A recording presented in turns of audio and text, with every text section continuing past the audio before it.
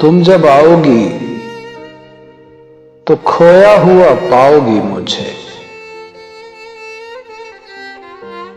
मेरी तन्हाई में ख्वाबों के सिवा कुछ भी नहीं। मेरे कमरे को सजाने की तमन्ना है तुम्हें। मेरे कमरे में किताबों के सिवा कुछ भी नहीं।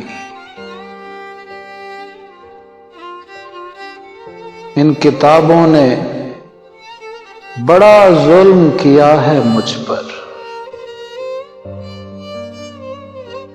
इनमें एक रम्ज है, जिस रम्ज का मारा हुआ जहन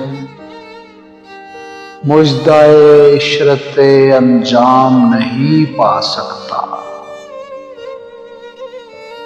जिंदगी में कभी आराम नहीं पा सकता।